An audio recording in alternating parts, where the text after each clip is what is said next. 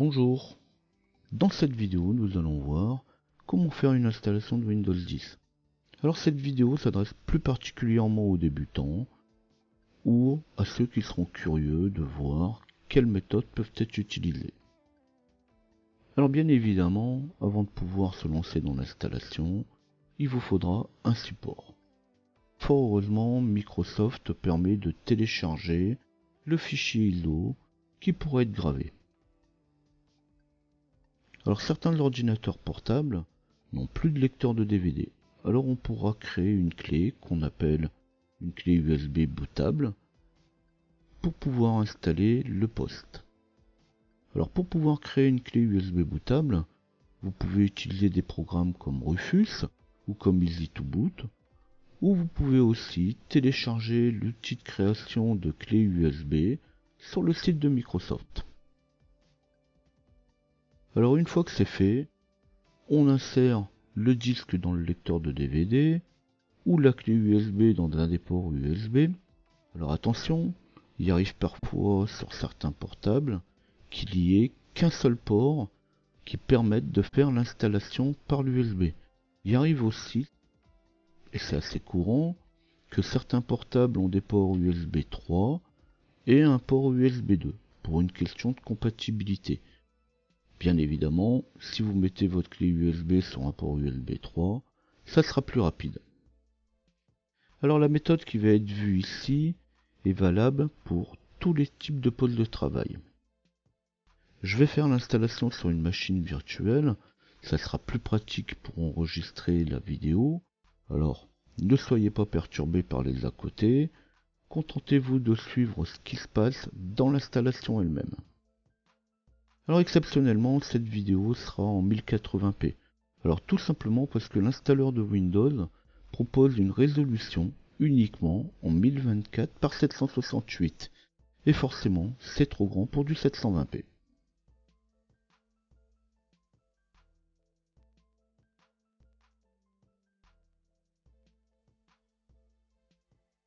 Alors avant de passer à l'installation, il va être nécessaire que la machine démarre sur le support.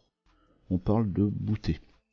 Alors la première solution est tout simplement d'essayer et de voir si le poste démarre sur le DVD ou sur la clé USB.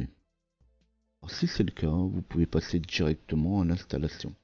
Si c'est pas le cas, il faudra alors se rendre dans le setup. Alors on parle aussi de BIOS, mais ça c'est plus historique. Alors il n'y a pas de méthode miracle.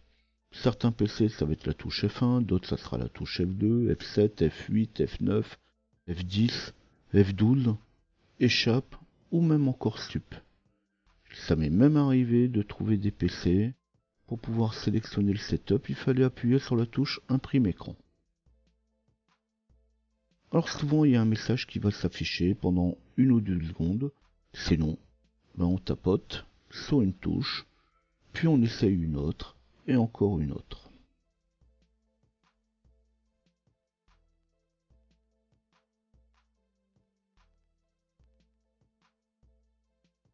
Suivant les cas, on pourra accéder directement au choix du support de démarrage. Si on n'a pas le choix, on passera par le setup, on cherchera la séquence de boot et on placera les éléments dans le bon ordre. Alors il existe un nombre incalculable de setup. Ici j'en présenterai que deux, un setup classique et un setup EFI. En fait, je présenterai les deux setups qui sont liés à mon système de virtualisation. Alors je rentre pas trop dans le détail, parce que sinon dans 3 heures j'y suis encore. Le setup fera l'objet d'une autre vidéo qui lui sera complètement consacrée. Alors si vous avez encore des soucis, vous pouvez toujours vous y référer.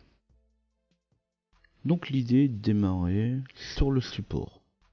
Alors comme indiqué ici, j'ai le choix, ou je tapote la touche F2 pour rentrer dans le setup, ou la touche F12 qui va me permettre de démarrer par le réseau. Ou encore la touche échappe pour pouvoir accéder aux différents supports de démarrage. Alors si je clique sur échappe, je vais avoir accès au menu de démarrage. Alors il va me demander sur quel support je veux démarrer. Alors c'est quand même souvent la meilleure solution. Ça évite de toucher au setup et d'avoir ensuite un système qui ne démarrera pas comme il faut. La seconde solution est de passer par le setup. Donc je démarre donc la machine et cette fois je tape sur la touche F2, ou la touche qui correspond pour rentrer dans le setup, puisque je disais tout à l'heure que toutes les machines sont différentes et on a souvent bien des combinaisons différentes pour pouvoir rentrer dans le setup de la machine. Alors une fois dans le setup de la machine, je vais aller chercher démarrage, ou boot, ou séquence d'amorçage, parce qu'en plus de ça, ça porte pas toujours le même nom partout. Alors pour les setups les plus évolués, il faudra parfois passer par les configurations avancées. Alors bien sûr, dans le setup, on évite de toucher à des choses qu'on ne connaît pas, mais on a toujours la possibilité de revenir sur les réglages par défaut, ou même de quitter sans enregistrer. On rentre donc dans le boot, et on va sélectionner l'élément à démarrer en premier. Les supports amovibles ou DVD, et pour les setups les plus évolués, vous pouvez aussi choisir quel disque dur va démarrer en premier, toujours à condition d'avoir plusieurs disques durs.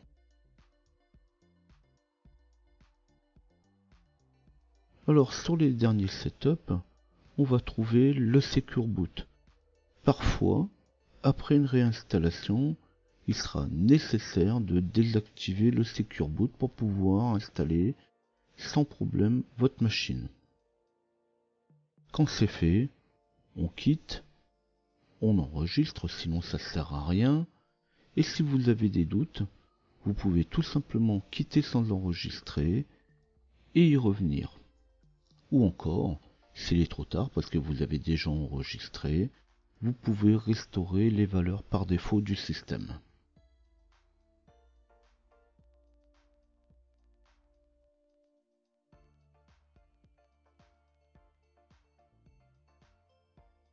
Alors comme je l'expliquais précédemment, on peut trouver d'autres dispositions et d'autres affichages du setup. Alors les derniers setups, les plus évolués, sont en couleur, avec la prise en compte de la souris, avec des fenêtres et avec des belles images. Alors le setup fonctionne pas mieux, mais c'est ce qui plaît.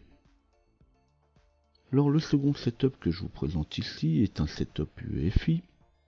Alors je rentre pas non plus dans le détail, il permet de prendre en compte le réseau, les disques durs de grande capacité, donc les disques durs qui font plus de 3 Tera, la protection du BIOS et d'autres avantages, comme par exemple prendre en compte directement les drivers dès le démarrage.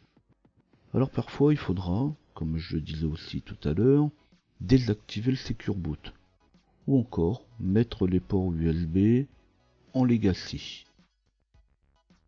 Il est grand temps de laisser le DVD démarrer.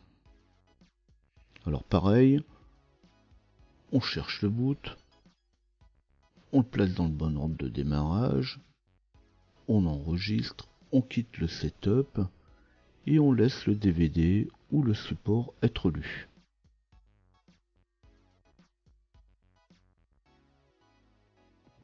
Alors si un système est déjà présent sur le disque dur, il faudra parfois taper une touche pour forcer le DVD à démarrer. Si le disque dur y est vide, c'est directement l'installeur de Windows qui va démarrer.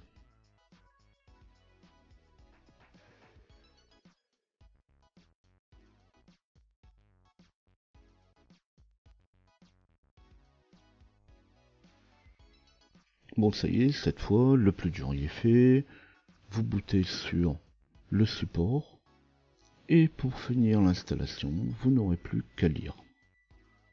Alors dès que l'installeur va être lancé, il y a une première fenêtre qui s'ouvre. C'est depuis cette fenêtre que vous pourrez réparer le système. Alors justement, contrairement à ce que beaucoup pourraient penser, c'est loin d'être une fenêtre inutile. Alors là, on répare pas le système, on va l'installer. Je vais donc cliquer sur Installer. On attend quelques secondes que le système se charge, puis il va te demander le numéro de licence.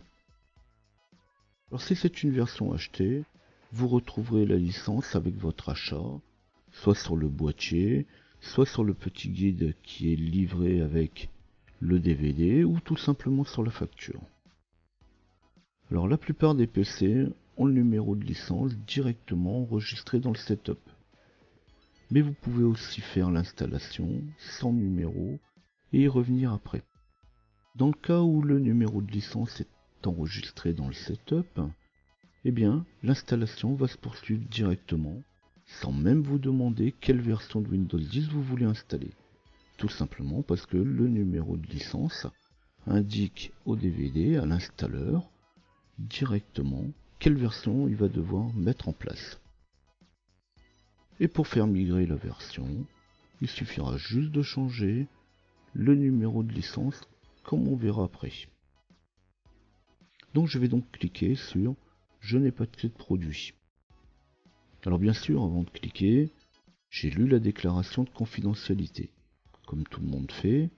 Alors peut-être pas à chaque fois, hein, mais il peut être bon quand même de l'avoir lu au moins une fois.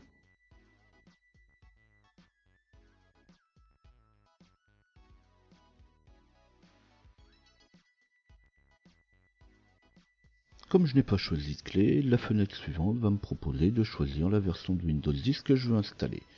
Si j'avais mis une clé, ou s'il l'avait lu dans le setup, comme je disais tout à l'heure, cette fenêtre n'apparaîtrait pas, puisque à chaque clé correspond une version. Alors dans la plupart des cas, une version familiale suffit. Personnellement, je n'utilise que la version professionnelle minimum, parce que, avec la version professionnelle, j'ai des options réseau, et j'ai aussi la connexion de bureau à distance qui est disponible. Car il y a bien sûr des différences entre chaque version en dehors du prix. Je sélectionne la version de mon choix, et je vais cliquer sur suivant. Alors je n'en ai pas parlé, mais suivant le DVD, suivant la version, ici j'ai pris un DVD de la version 18.03, on n'aura pas toujours les mêmes choses de proposer. Si vous avez pris un DVD téléchargé avec l'outil de téléchargement, vous n'aurez le choix qu'entre la version familiale et la version professionnelle.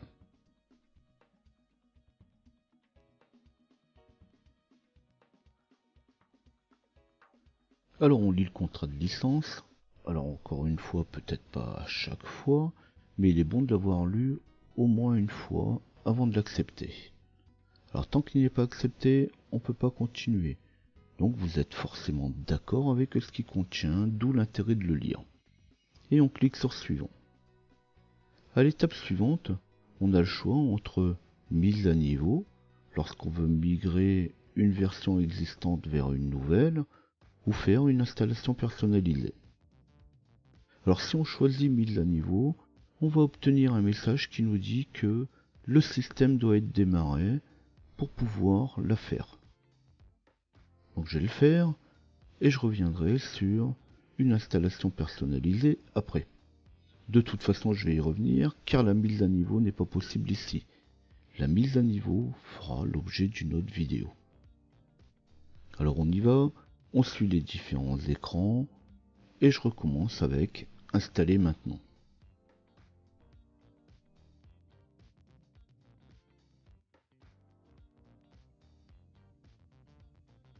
Donc comme je disais, on n'a pas forcément spécialement le choix. On clique donc sur personnaliser. Alors on se demande pourquoi Microsoft n'y a jamais remédié, mais il fallait essayer pour plus se faire avoir. Alors à l'étape suivante, je vais donc savoir où j'installe le système.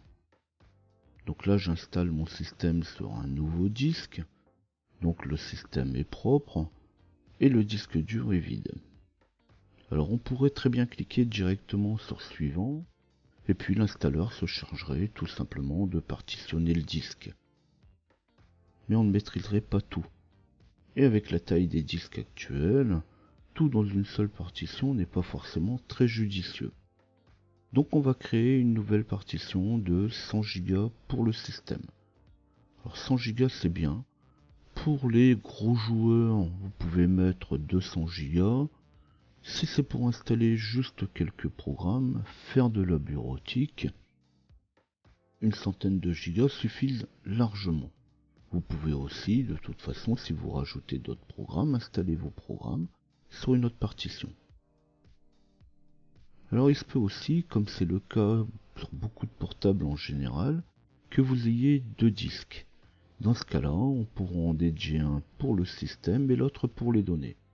Alors il est courant d'avoir un disque dur de 128 Go, voire 256 Go, et un second de 500 Go ou d'un teraoctet. Alors, ce petit disque est souvent un SSD, ce qui permet d'avoir un système qui va démarrer beaucoup plus rapidement, et les données pourront être stockées sur un disque classique. Donc dans ce cas, on occupe le premier disque avec le système, et puis on formatera ou on mettra les données sur le second. Alors justement, quand on a plusieurs disques, quand on a des disques de grande capacité, il faut savoir faire aussi un petit peu preuve de jugement. Il faut réfléchir un petit peu à ce qu'on va faire. Donc ici, je vais créer une partition de 100 gigaoctets pour le système. Je vais fixer la taille manuellement. Donc quand je vais créer ma nouvelle partition, Windows va me dire qu'il a besoin de partitions supplémentaires. Alors si vous utilisez un BIOS ou une configuration en UEFI, il y aura plusieurs partitions qui vont être créées. Alors c'est normal. Si vous avez un setup standard, ou que tout simplement l'UEFI n'est pas activé pour les disques, vous n'aurez que deux partitions.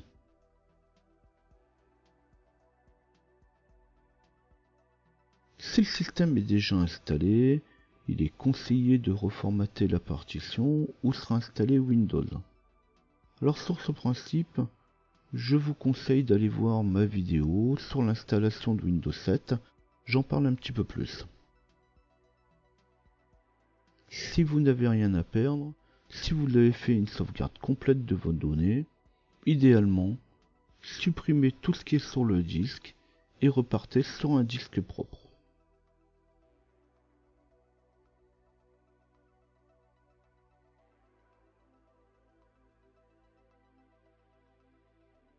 Alors une fois que la partition sera créée, ou que le disque aura été réorganisé suivant vos désirs, on pourra passer à l'installation du système.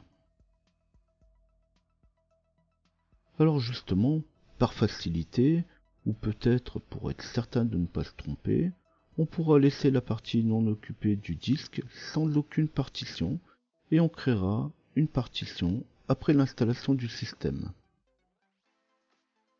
Alors la réinstallation d'un système, plutôt que de faire une migration, c'est aussi l'occasion pour repartir sur un système propre et correctement ordonné.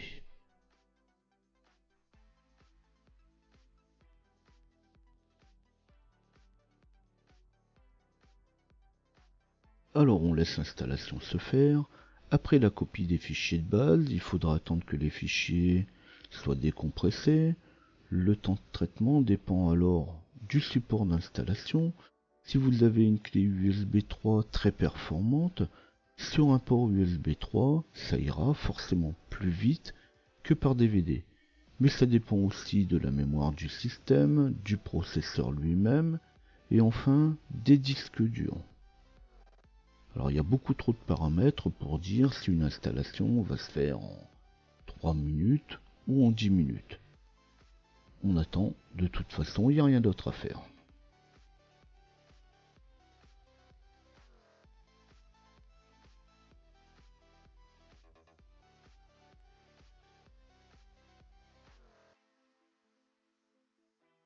Alors après avoir copié les données sur le disque, le système va redémarrer.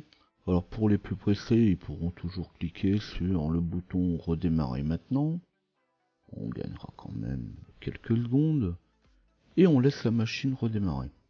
Alors si le lecteur de DVD est sélectionné pour démarrer en premier, il faudra ignorer le message qui vous demande d'appuyer sur une touche pour démarrer sur le DVD, puisque dès lors que la première partie de l'installation est faite, c'est le disque dur qui va prendre en compte la fin de l'installation.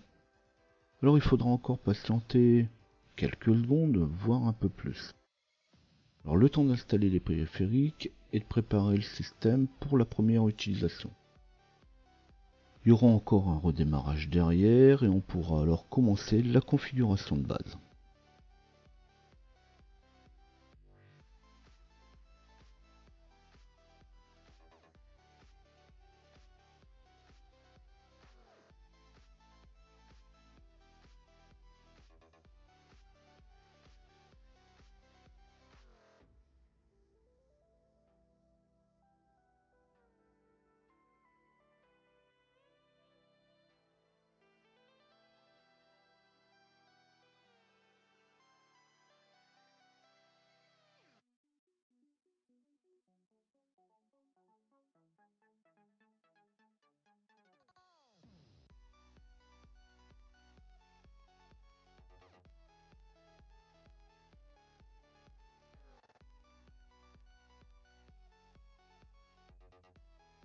Alors après un second démarrage, on aura le droit à un petit bonjour de Miss Cortana qui nous propose d'utiliser Windows en utilisant votre voix.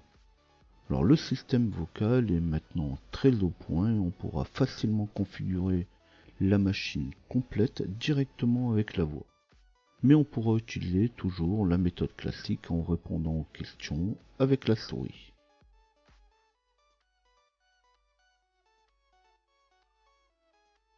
Une fois que ça sera fait, il sera demandé de choisir la région.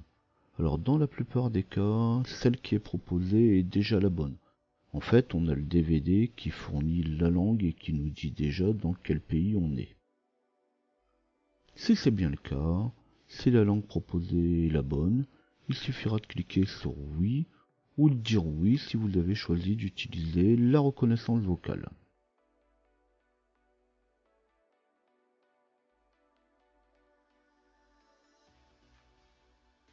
Alors on va patienter quelques secondes, puis on pourra répondre de la même manière pour la sélection du clavier. Alors là aussi, généralement, la disposition du clavier proposée par défaut est déjà la bonne.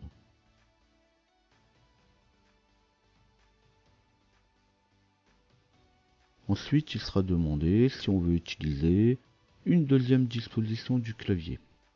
Alors ça c'est suivant ses besoins.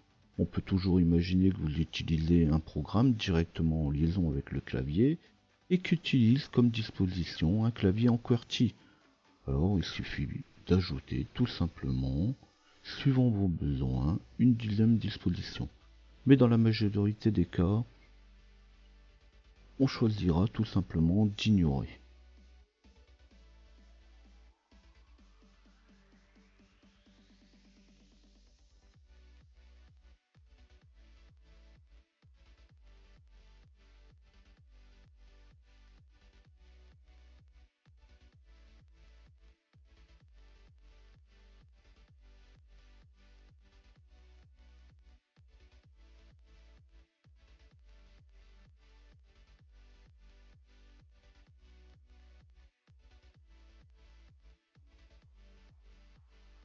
Alors encore un petit peu d'attente, et puis il va être demandé si on veut configurer le système pour une organisation ou pour une utilisation personnelle.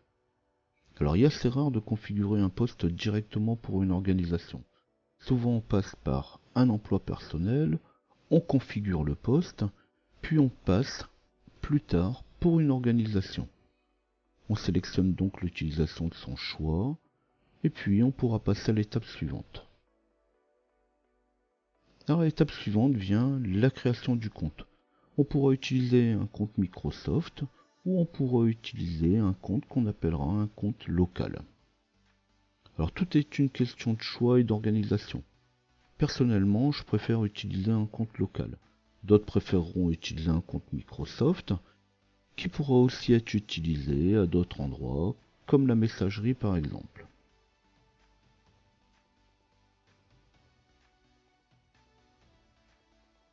Alors si je veux utiliser un compte local, il me sera quand même demandé de le confirmer. Il est toujours possible de revenir dessus. Donc la réponse n'est pas oui, mais non. Alors bien sûr, il faut toujours lire les messages et bien les comprendre avant de répondre.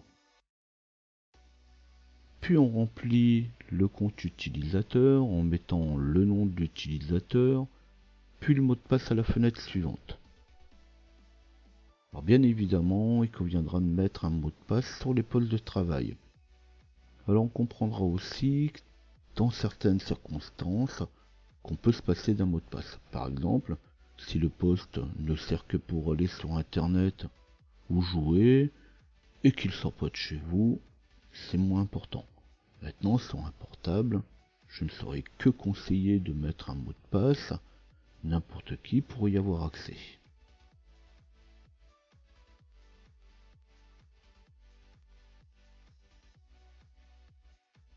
Et on termine avec l'utilisation de Cortana, si on veut l'activer simplement en prononçant Hey Cortana.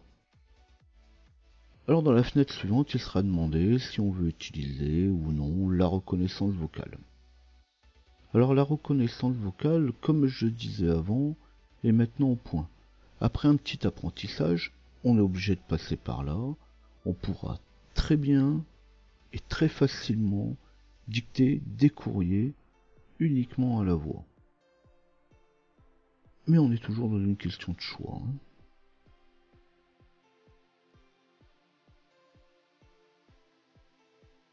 Alors viendra ensuite la question sur la localisation. Alors le choix de vouloir ou non que Windows localise votre poste, ou comme dans la fenêtre suivante, si on désire ou non que les applications puissent localiser votre machine, ça reste un choix. Alors personnellement, je n'utilise pas particulièrement les logiciels de localisation, mais en tout état de cause, que vous le désiriez ou non qu'on vous localise, le premier routeur qui va se trouver sur la ligne internet donnera lui sa position. Alors, dire ou non que vous vouliez être localisé, c'est vraiment une question qui est très précaire. Alors pour continuer, il sera demandé quelle quantité de données de diagnostic vous désirez qui soient envoyées chez Microsoft. Alors là non plus, je ne vais pas rentrer dans la polémique des données qui sont envoyées sur les serveurs de Microsoft. Toujours est-il qu'on peut répertorier plus de 400 serveurs destinés à recevoir les données de télémétrie. Alors ces données de télémétrie sont pas pour autant totalement personnelles, c'est plus des rapports d'utilisation. Alors de là à choisir quelles données vous voulez qu'ils soient envoyées, ça se discute pas. D'autant plus que avec les réseaux internet aujourd'hui et la fibre, on ne voit pas vraiment quelle quantité de données est envoyée.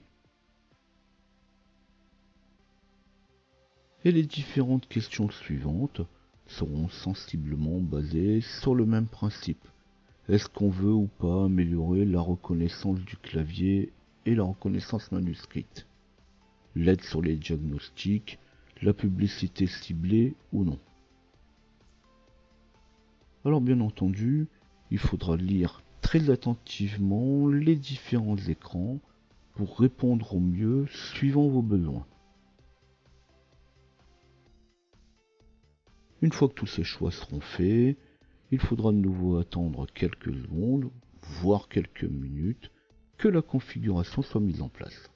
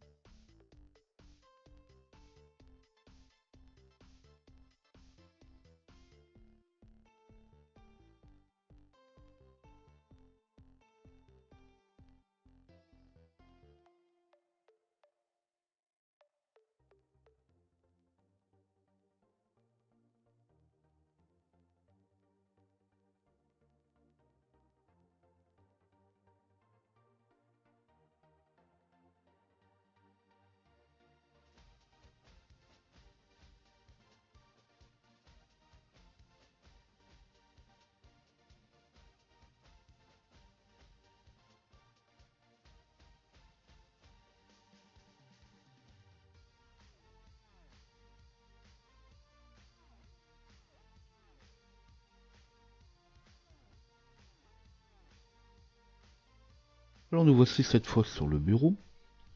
Je vais passer en plein écran puisque ma machine maintenant est complètement installée. Alors je pourrais m'arrêter là, Mais l'installation en réalité n'est pas encore terminée. La première chose qui devrait être faite sur un pôle de travail, c'est un minimum de l'organiser et au minimum modifier le fond d'écran. Donc pour ça, je vais faire un clic droit sur le bureau, puis je vais choisir personnaliser. Alors sur les dernières versions de Windows, vous ne pouvez rien faire tant que Windows n'est pas activé. Si vous avez rentré une clé de licence en début, ou si la clé était dans le setup, si vous n'avez pas fait plus de 3 installations, il est fort possible que votre système s'est directement activé. Là, comme je n'ai rentré ni clé, mon setup n'avait pas de clé, eh bien, j'ai plus le choix. Il faut que je l'active pour pouvoir aller plus loin. Alors l'activation se passe dans Système. Vous pouvez aussi choisir ce chemin si vous voulez passer votre poste qui est de familial en professionnel. Je vais donc ouvrir la fenêtre des propriétés du système. Alors pour ça, je vais passer par Cortana. De toute façon, c'est fait pour. Et dans les propriétés du système, je vais aller choisir Activer. Alors une nouvelle fenêtre va s'ouvrir. Elle me propose l'activation et entre autres, de modifier la clé du produit. Lors de l'installation, il m'avait été demandé de fournir ma clé d'installation. En cherchant sur internet, alors je parle bien de choses légales, je ne parle pas de clés piratées et autres logiciels de contournement, donc sur l'internet, vous pouvez trouver des clés dites génériques. Et en plus de ça, ces clés génériques, vous pouvez les trouver directement sur le site de Microsoft. Alors justement, pour le besoin de la vidéo, je vais rentrer une de ces clés génériques. Alors elle permet tout simplement de faire une installation en sélectionnant directement la bonne version, mais en aucun cas on peut utiliser ces clés pour activer Windows. En tout cas, elle reste bien pratique.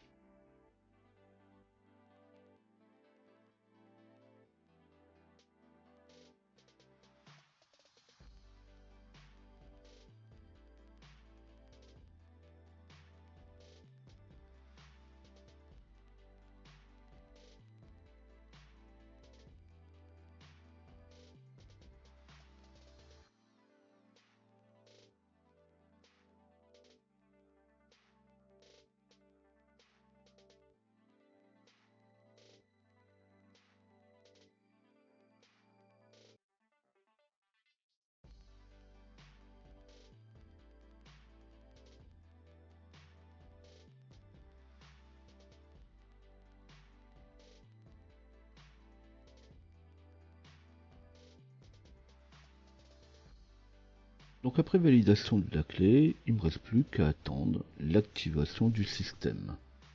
Donc entre deux, j'ai mis ma clé et j'ai activé Windows. Bon, j'allais quand même pas vous donner une de mes clés. Alors cette fois, Windows est activé, c'est marqué dans la fenêtre des propriétés du système, donc je vais pouvoir modifier mon fond d'écran.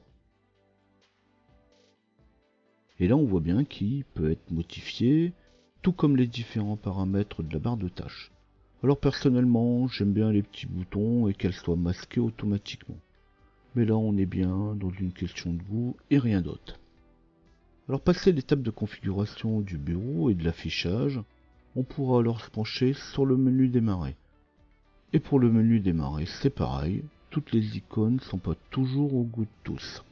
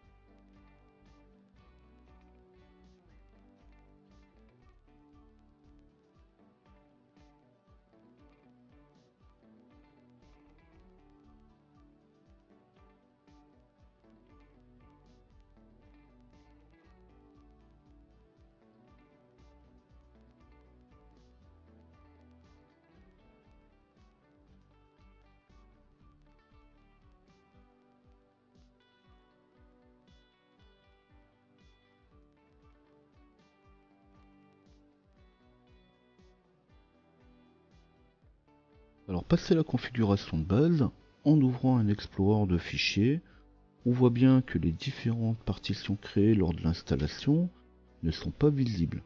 La seule qui est visible, c'est celle du système. Alors, si vous aviez laissé une ancienne partition contenant vos données, ou si vous l'avez créée lors de l'installation, cette seconde partition sera aussi visible. Là, c'est pas le cas. Donc je vais maintenant aller configurer le gestionnaire de disque. Alors pour ça, il suffit de faire un clic droit à l'emplacement du menu démarrer et de choisir gestion du disque. Et on attend que le gestionnaire de disque s'ouvre. Alors ici, le gestionnaire de disque s'est ouvert assez vite, mais il n'est pas rare de devoir attendre 1 ou 2 minutes de manière à ce qu'il trouve les différents lecteurs. Donc ne vous étonnez pas si sur votre machine ça met un petit peu plus de temps. On retrouve alors les différentes partitions créées lors de l'installation. Alors on peut constater qu'il y a des partitions avec des lettres et d'autres qui n'ont pas de lettres. Celles qui n'ont pas de lettres ne sont pas visibles dans le gestionnaire de fichiers. C'est de cette manière qu'on masque les lecteurs sur les machines Microsoft. On trouve aussi l'espace laissé libre lors de l'installation. Donc ce qu'on va faire, on va créer une nouvelle partition dans cet espace qui est libre. Pour ça, il suffit de faire un clic droit. On sélectionne Nouveau volume simple. Alors comme habituellement, on a le droit à un petit résumé. On clique sur Suivant. Et on va choisir l'espace maximum de disponible. Alors suivant les entreprises, il arrive parfois qu'on crée une seconde partition pour les applications et une troisième partition pour les données. Mais on est toujours dans une question de choix. On choisit alors la lettre du lecteur. Alors on n'a pas le choix, on prend une lettre qui est disponible. Alors j'aurais préféré, c'est une question de choix, que C soit pour le système, D pour les données et E pour le lecteur de DVD. Là j'ai pas le choix, mais on le changera après. Alors je mets un nom à ma partition, c'est le nom qui va être affiché dans l'explorer de fichiers. Alors même si on peut le changer après, autant faire les choses bien tout de suite. Alors après un petit résumé de l'action, on va valider la création de la partition en tout simplement en cliquant sur Terminer. Et en retournant dans le gestionnaire de fichiers, on constate cette fois qu'on a bien récupéré la presque totalité du disque dur.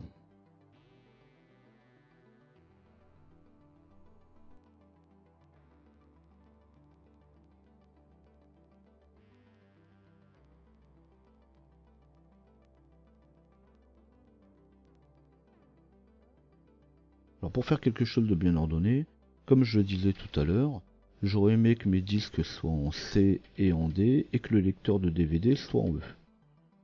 De retour dans mon gestionnaire de disques, je vais faire un clic droit sur le disque ou sur la partition concernée et je vais choisir modifier la lettre de lecteur ou le chemin d'accès.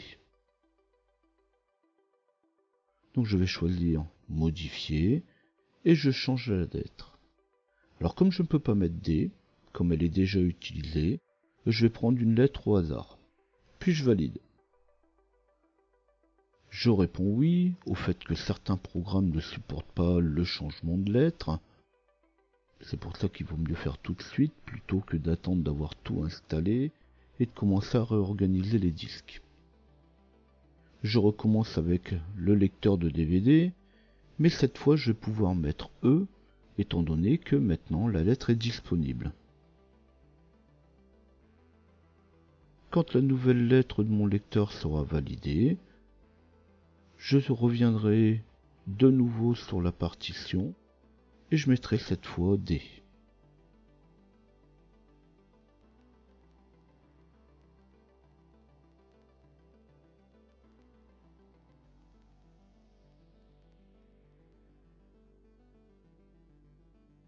Alors bien sûr, on pourra aller beaucoup plus loin, mais pour commencer, ça sera déjà suffisant. Je vais terminer par la position des différents dossiers, des documents, des vidéos, des images et pourquoi pas des téléchargements. L'idée est que lorsque j'enregistre un document dans mes documents, il soit directement mis au bon endroit dans ma partition D. Alors c'est quand même plus facile quand on n'a pas besoin de se soucier de l'emplacement où on enregistre, c'est directement au bon endroit. Donc dans un premier temps, on va créer les différents dossiers que l'on voudra qu'ils soient placés sur le disque D. Je vais créer un dossier pour documents, un dossier pour la musique et un dossier pour vidéo.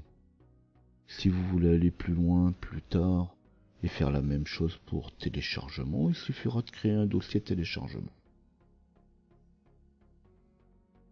Alors une fois que ces trois dossiers sont créés, l'idée est de modifier le chemin de mes documents actuels pour pointer vers mon nouveau dossier. Alors sur Windows 10, c'est beaucoup plus simple que sur Windows 7.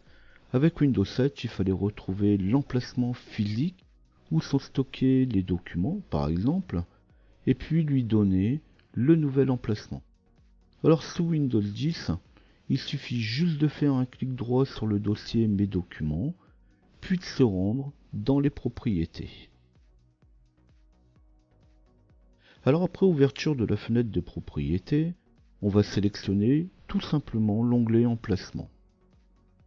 De là, on va trouver l'emplacement actuel, où sont stockés les documents, et on peut alors donner le nouveau nom du chemin dans la zone de texte réservée à cet effet. On peut alors ou changer la cible, ou déplacer les documents. Alors comme ici on n'a pas encore mis de documents, l'un ou l'autre n'auront aucune importance. Si on choisit de déplacer, on clique sur le bouton et puis on va rechercher le nouvel emplacement. Quand c'est fait, on valide le déplacement. Alors un message va me prévenir que l'on va déplacer les nouveaux documents.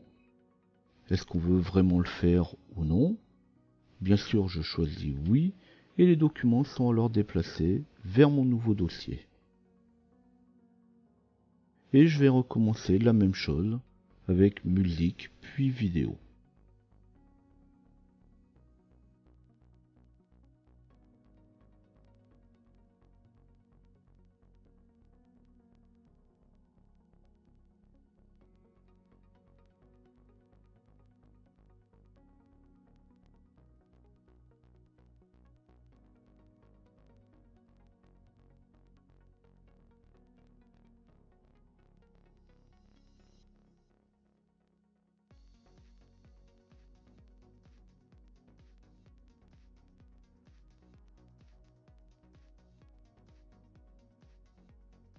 Alors comme après toute modification, il convient toujours de vérifier ou de faire un essai.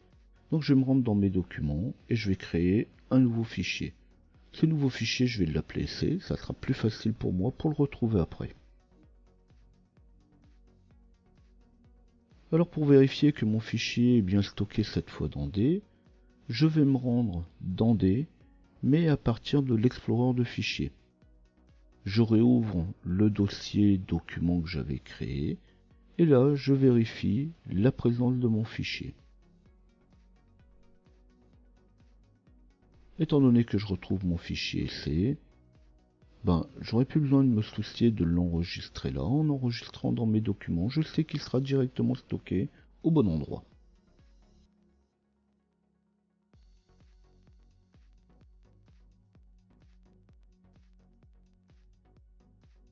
Alors dans la description de la vidéo, vous retrouverez le timecode avec les différentes étapes. Alors suivant que cette vidéo vous aura intéressé, pensez à liker, N'hésitez pas non plus à vous abonner sur la chaîne si vous désirez retrouver d'autres vidéos. N'hésitez pas non plus à laisser quelques commentaires. Et je vous dis, comme d'habitude, à bientôt.